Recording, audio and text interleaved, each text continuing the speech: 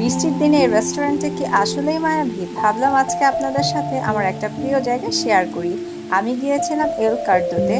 এখানে আমি অনেকবারই এসেছি, কিন্তু এই সুন্দর পরিবেশটা বারবার আমাকে টেনে আনে। এই জায়গাটার সবচেয়ে ভালো দিক হলো এখানকার ওপেন স্পেস।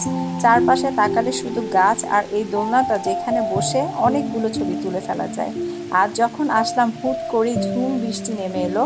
আকাশের নিচে বৃষ্টির শব্দ আর ভেজা এই পাথুরে পথটা যেন দেখে মনটা ভালো হয়ে গেল। নিজেকে আটকে রাখতে পারলাম না, একটু বৃষ্টিতে ভিজেই নিলাম। বৃষ্টির দিনে এই জায়গার মায়া অনেক গুণ বেড়ে যায়। এরপর আসলো আমাদের খাবার। এখানকার খাবারের টেস্ট সবসময় অনেক মজা। আমরা নিয়েছিলাম এদের জুসি পেরি পেরি চিকেন আর হট ডম চিকেন, এবং ডেজার্ট হিসেবে ছিল ফালুদা।